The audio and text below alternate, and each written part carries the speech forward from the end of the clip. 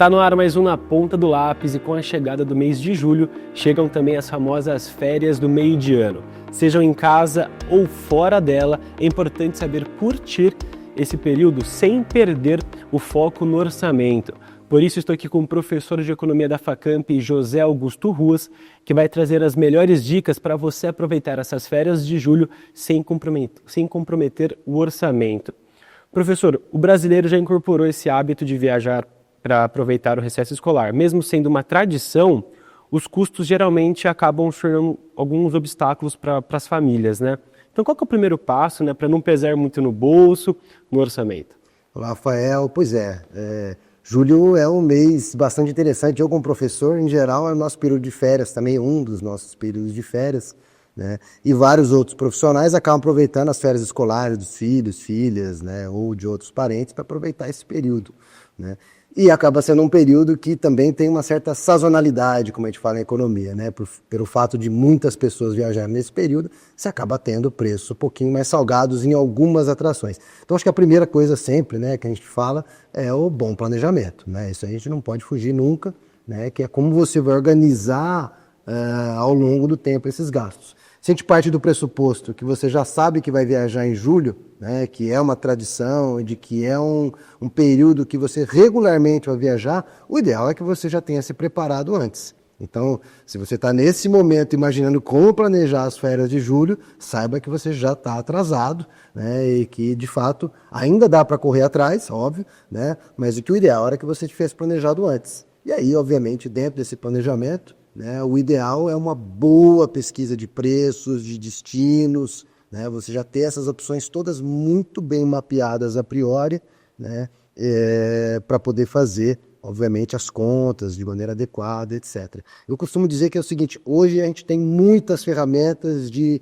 análise de preço, muitas ferramentas na internet para você conseguir estabelecer percursos, roteiros. Você vai fazer com guia turístico, você vai fazer com uma agência, se você vai fazer por conta e quer tomar conta de todos os seus custos, né? Então, se você se planeja, você sabe exatamente como vai arbitrar tudo isso. E nesse planejamento eu acredito que tem que conter o perfil da pessoa, né? Da pessoa, da família, né? Se a pessoa é mais de praia, mais de montanha, né? Mais um hotel fazenda, tem isso também, né? Ah, com certeza. Considerando que a gente está nesse período de férias e deve viajar com as crianças, é sempre importante levar em consideração o que as crianças vão fazer. Então não vai fazer aquela viagem que só lembra de levar a cerveja e esquece que você vai levar seus filhos ou filhas. Então o ideal é planejar exatamente como é que vai ser essa diversão, qual vai ser o espaço para eles brincarem, se forem crianças, justamente para você também poder ter o seu tempo de descanso, poder ficar tranquilo, poder curtir com elas ou sem elas quando for o período. Então isso é o ideal.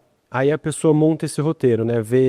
Nesse roteiro tem que conter alimentação, transporte, né? O translado até tal local e também a hospedagem. Ah, com certeza. Então a primeira coisa, de novo, escolhe o roteiro bem feito. Se você quer fazer uma viagem mais longa, se você quer fazer uma viagem mais curta, se você quer aproveitar o frio como uma atração turística, se você quer sair do frio, quer fugir, quer ir para uma região onde vai ter calor e não quer passar. Então essa é a primeira decisão que você vai tomar. E ver, obviamente, os custos, né? Obviamente, os lugares mais longe, né, vão ter custos de transporte mais pesados. E talvez seja o momento de você economizar nas possibilidades de hospedagem. Lembra que as hospedagens são de várias formas, né? Você pode, eventualmente, se tiver boas relações familiares e bons amigos, pode, eventualmente, visitar um amigo, visitar um parente, né?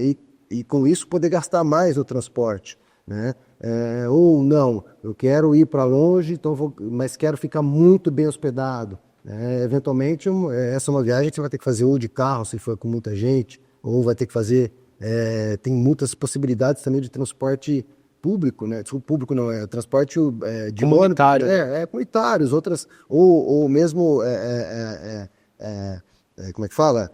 E fugiu a palavra agora, né? Quando vai em grupos, viagens em grupos, né? Sim. Então essa é uma possibilidade que você tem de conseguir organizar, mas sempre isso. Então hospedagem, transporte, alimentação são os fundamentais, o pesado. Eu sempre separo, quando eu vou organizar também, né, algum valor que você vai comprar um presentinho, algum valor que você quer separar para fazer algum passeio naquele local. Então você vai visitar um lugar que tem um parque temático, ou tem um museu, né? Ou tem uma exposição, ou tem um circo, né? Reserva um valor para você fazer esse passeio, reserva um valor para fazer essa atividade, né? Para não ser surpreendido nem antes, nem na hora e muito menos depois com a conta quando chega. Então, criar esse plano de despesa detalhada é importante para controlar os gastos. Eu tenho um vício de economista, tá? Então, o meu vício de economista é a planilha, né? Eu sei que nem todo mundo tem esse gosto, mas as planilhas são ótimas, porque você pode, com elas, você pode ir colocando fórmula, você pode ir atualizando. Então, eu coloco lá quanto eu vou viajar de carro, quantos quilômetros são. Dentro desses quilômetros, eu posso colocar lá o preço da gasolina e o consumo médio do carro. Então, por exemplo, tem sites, como tem um site chamado mapeia.com, um site gratuito que eu recomendo para todo mundo. Se você vai viajar de carro, entra lá. Você coloca a tua origem, teu destino. Faz a simulação ali. Exatamente. Ele simula quanto você vai gastar de pedágio, quanto você vai gastar de gasolina, dado o preço que você deu de gasolina. Então, é uma ferramenta extremamente útil para você saber exatamente quanto você vai gastar de carro.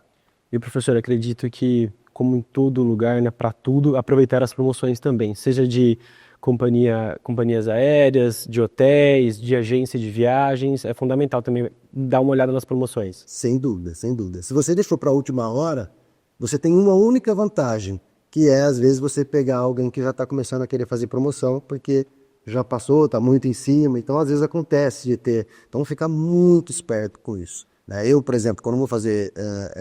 comprar passagens aéreas, tem várias ferramentas que são úteis. Por exemplo, eu uso outra que é gratuita, eu uso o Google Flights. Então você entra lá e ele te dá as possibilidades de manejar entre duas cidades para escolher o voo mais barato que tem desses dois períodos. Então, eu, em geral, quando faço uma viagem mais longa de avião e eu tenho alguma flexibilidade de agenda, eu monto de acordo com o preço da passagem, né? Então, eu não escolho, eu vou nesse dia e volto nesse dia, porque aí você está amarrado com o preço que está lá no site.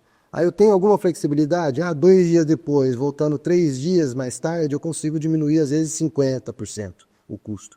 Então, para quem vai fazer esse tipo de viagem, ter essa flexibilidade não dá para todo mundo, a gente sabe, né? Mas considerando julho inteiro como um período de férias, organiza as tuas férias de acordo com esses custos que vai valer a pena. E para esse pessoal que vai viajar de avião, utilizar os programas de recompensas e fidelidade é interessante também? Eu acho interessante, né? Já foi mais interessante no passado, mas ainda é. Eu também sou um milheiro, tá? Então eu adoro acumular milhas, faço programas de milhas, mas também acho que milhas também é um planejamento que se antecipa. Hoje em dia o que as empresas pagam de milha quando você usa o avião é relativamente pouco. Agora, se você usa bem o seu cartão de crédito, se você usa bem outros programas, tem programas que dão pontuação de milhagem, etc., isso em geral dá para fazer. Então, por exemplo, esse ano eu fiz uma viagem usando milhas internacionais e fiz algumas no passado também. Então, se você se programa com antecedência, em geral, para acumular o suficiente demora mais de ano, né? Mas é uma grande vantagem chegar na hora, você não precisa gastar com o avião.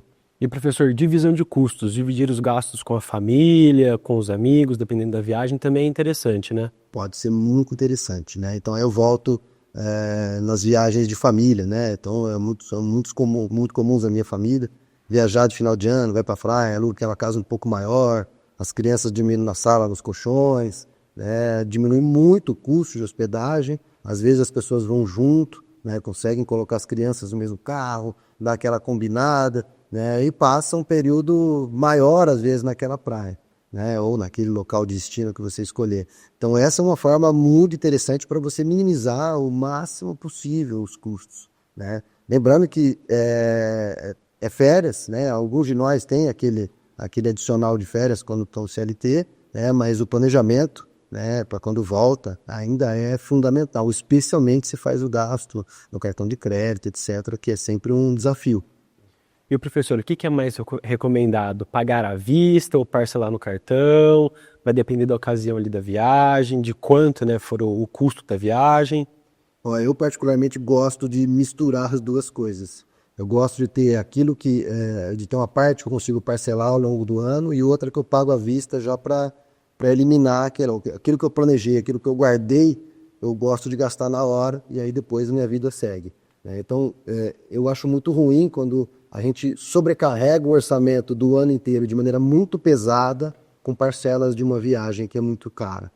Agora, alguns desses gastos vale a pena separar, vale a pena diluir, né? Então, por exemplo, a gente não sei se ainda funciona, mas eu lembro que em algumas das viagens minhas eu comprei uns cartões do Airbnb, né? Que é uma plataforma, fazendo propaganda aqui, né? Mas enfim, que é uma plataforma de aluguel de casas, né? De quartos, que em geral é um pouco mais barato, e esses cartões permitiam fazer um parcelamento. Então, eu fiz esse parcelamento, né? Terminei de pagar a minha última viagem agora, né? E, de fato, dilui um pouquinho. Então você consegue acumular um pouco menos, mas também é o seguinte, em geral eu faço isso e fico um tempo sem viajar depois, até eu conseguir pagar todos esses custos também. Fazer uma reserva de emergência é interessante também, levar um dinheirinho a mais caso aconteça alguma coisa, um dinheiro em físico também, né, em notas, é interessante? Olha, é muito interessante a gente estar sempre protegido, né? Então quem faz viagens internacionais, a questão do seguro, né? Eu tenho uma rotina de quando eu vou viajar que é analisar relatos de outros viajantes, né? Quando você vai fazer uma viagem para um lugar diferente, ou para um país diferente, ou mesmo para um estado diferente, né? É sempre legal acompanhar na internet e ver outros que contam como foi, os problemas que apareceram, né? Quando você vai comprar na plataforma também tem essas, né? E são muitos os relatos de quem não levou seguro e que teve um problema, um tombo, quebrou a perna, né? Então, quando você está em um outro país, você precisa de um serviço de saúde, às vezes não fala a língua, né? Então, se você não está protegido, não está precavido, isso pode ser um problema. Essa reserva pode entrar nesse mesmo espírito, né? Pode acontecer de você chegar e ter um sobressalto, né? Não é incomum, por exemplo, eu já tomei golpes já uma vez, né? Óbvio, golpes um pouco pequenos, golpe num guia turístico, alguma coisa, se você às vezes está desprotegido de dinheiro, né? Você pode ficar vulnerável dentro dessa situação. Então, sempre vale a pena ter uma reserva, mesmo que ela fique ali, ó, não pretendo gastar, né? Porque isso aqui eu vou gastar nos próximos meses. Mas, se você tiver, é sempre bom. De segurança, interessante, né? E, professor, pensar fora da caixa, explorar alternativas de lazer acessíveis, algum evento cultural que seja de graça, é interessante também? Não tenho a mínima dúvida disso, tá? Eu, de novo, insisto, essa coisa da internet, né, que já não tem mais grande novidade para todo mundo, mas fazer boas pesquisas de internet, descobrir lugares fora, que a gente fala, fora do hype, né, fora daquilo que é muito turistão, muito cheio de gente, e às vezes você consegue fazer algumas opções de lazer diferentes, conhecer coisas novas, sair do tradicional, né? Então poder uma exposição, poder conhecer arte, poder conhecer de música, da cultura local, feiras interessantes, conhecer artesãos daquela região, conhecer as pessoas. Toda vez que você viaja, poder conhecer a cultura dos outros lugares vale muito. E às vezes conhecer a cultura dos outros lugares é simplesmente andar na rua, né? E conversar com as pessoas, comer a comida na rua, conversar para ver como é que elas vivem. Eu acho que essa experiência é a experiência mais rica da viagem. Óbvio que a gente sai para sempre para descansar e sai se afastar um pouquinho do trabalho. Mas conhecer o mundo, né, conhecer os lugares, conhecer as outras formas de vida, eu acho que é sempre a maior experiência que uma viagem pode proporcionar para a gente. Professor, o mais importante desse período, né, é aproveitar cada momento, né, seja em família, amigos, né, e a gente pôde ver que com um bom planejamento é possível fazer isso, né, aproveitar sem pesar muito no bolso, no orçamento, né. As suas considerações finais, né, para a gente finalizar aqui o quadro, tem mais alguma dica para o pessoal? Você já percebeu que eu sou um entusiasta do turismo e das viagens, né? Minha mulher fica louca comigo, né? Porque eu não troco o carro, a casa está caindo e eu estou gastando com viagens. Eu sou entusiasta porque eu acho que viver essas experiências são extremamente válidas. Então, enfim, eu acho que vale a pena você planejar a tua vida. Às vezes aquele carro do último ano, aquela troca que você faz, cara, prolonga um pouquinho. Vai ter essa experiência com a sua família, vai ter experiência com seus amigos, que isso vai te tornar uma pessoa muito mais legal, muito mais interessante. Fica a dica. Professor, muito obrigado mais uma vez, viu? E não se esqueçam de curtir e seguir a gente nas redes sociais, no Instagram e no Facebook TV Câmara Campinas, de acompanhar toda a nossa programação no YouTube TV Câmara Campinas. Um abraço e até o próximo Na Ponta do Lápis e boas férias de julho para vocês.